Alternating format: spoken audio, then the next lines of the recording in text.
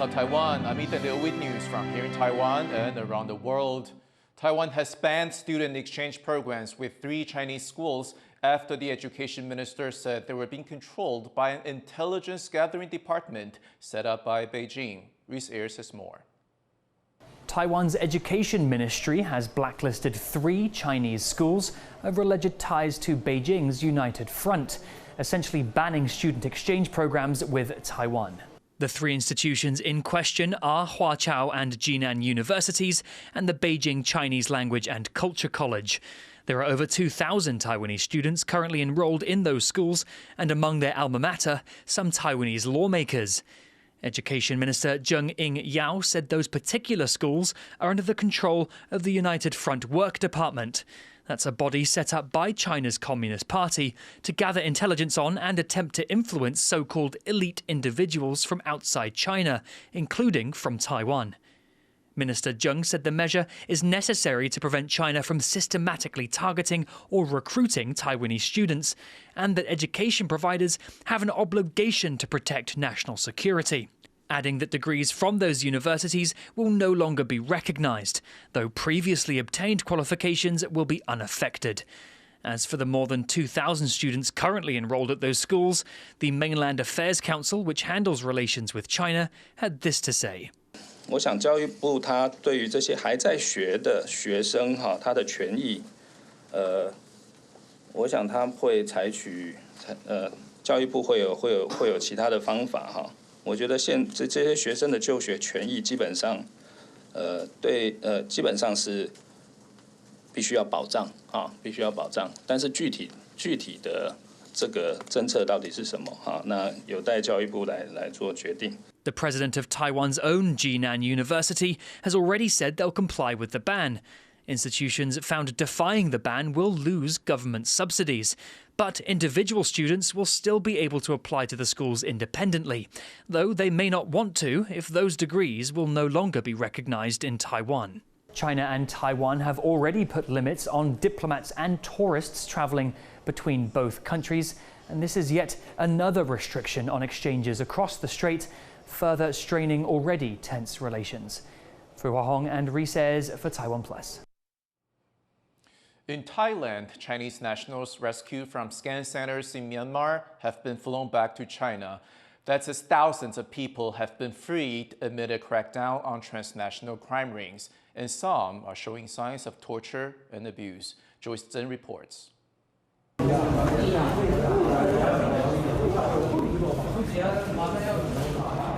Waiting to be repatriated, these people in the Myanmar border town Shui Koko were rescued from this suspected scam center, allegedly forced to work, deceiving people for their money and recruiting others to join the team. It's a transnational crime industry potentially worth billions of dollars. Many among the group are believed to be Chinese nationals and show signs of severe physical abuse.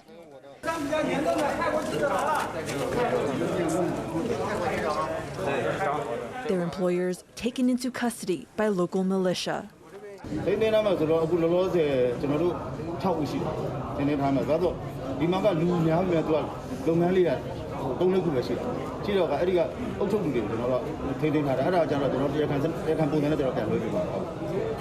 This, as Thailand renews a crackdown on scam compounds along its border with Myanmar. Earlier this month, Bangkok cut power and fuel to some border areas where fraud rings were known to operate, after a Chinese actor, Wang Xing, became one of thousands lured into Thailand and abducted into Myanmar on the promise of fake jobs, investments, and even romance. News of the actor's kidnapping spread on Chinese social media, hurting Thailand's reputation among prospective travelers from China, its largest and most lucrative source of tourists. Thailand and China have been working together on repatriating Chinese people rescued. This included a visit by Liu Zhongyi, a top Chinese security official, to both sides of the border. Thailand's prime minister says the cooperation is working. ซึ่งตอนนี้ปล่อยมาแล้ว300 กว่าคนแต่ว่าก็ยังมีอีกประมาณ 7,000 คนนะคะที่รอการปล่อยตัวซึ่งตอนนี้ก็กำลังคุยกันอยู่ระหว่างประเทศนะคะ Last week, over 250 people held in Myanmar scam centers were released at the Thai border, including this man from Bangladesh, now sheltering in a Thai military camp. He says he was forced to defraud people using messaging apps like WhatsApp, with Chinese-speaking captors warning they could sell organs of those who don't. If client give money, not feeling well. If they don't give money, also not feeling well. Like, I cannot explain the feeling. Like, it's too much guilty. Like, shame on us. 7 Taiwanese nationals were also among those rescued. 5 of them have now returned to Taiwan and are being investigated as to whether they willingly went to Myanmar and committed fraud. With scam centers rife across Southeast Asia, including in Cambodia and the Philippines, a larger battle looms to clean out cycles of deceit that have trapped hundreds of thousands of people for years. Kamashu and Joyce Zhen for TaiwanPlus. A rural corner of Tainan is struggling to pick itself up nearly a month after a magnitude 6.4 earthquake. As TaiwanPlus reports, an aging population and the fact that many buildings are old and damaged are slowing recovery efforts. 85-year-old Ms. Huang lived in this house in southern Taiwan for 6 decades.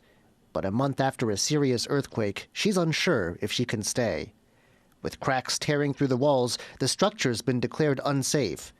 Ms. Huang's hired workers to put metal reinforcements in.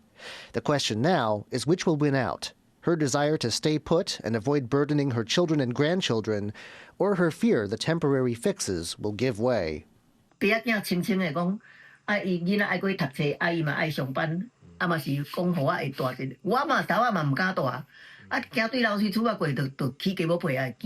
This is now a fairly common story here in Tainan's rural Nanxi district. The buildings here tend to be old, predating modern regulations, and the people who live in them are aging too, with nearly 30% of locals 65 or older, leaving many unable to do repairs or make new living arrangements themselves. Ms. Lee, also 85, has seen her house declared unsafe too. Her daughter has come back to Nanxi to look after her, but so far the two have had to live in a tent, as landlords aren't keen on having a senior citizen as a tenant.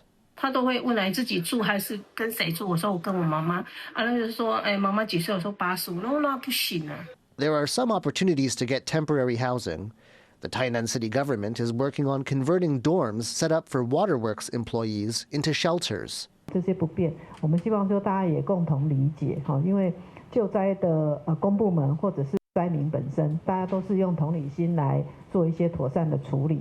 Interest has been limited, though, as a shortage of rooms in good repair means 2 to 3 families may have to share a space. Still, while recovery has been painful, some locals see an opportunity for people to talk about the social problems the area faces. 我也觉得这次地震是我们南西很大的危机，可是也许也是个转机，因为把我们老人化跟农村还有年轻人人口流失这个都一次把事情的问题也都凸显出来。 Meanwhile, the Tainan city government says more help is on the way, and people still suffering from the earthquake will get the assistance they need. Luffy Lee and John Van Trieste for TaiwanPlus. Microsoft has unveiled a new chip it says will make powerful quantum computing possible in the near future. The company says its new Majorana 1 chip uses particle physics and a new material to reach a state of matter that once existed only in theory.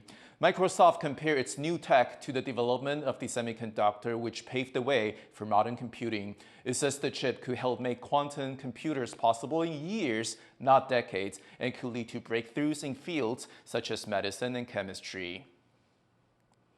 Thank you for watching What's Up Taiwan. Finally, check out this Mayan ritual in Guatemala welcoming the new solar year. I'm Ethan. You'll take care, and I'll see you next time.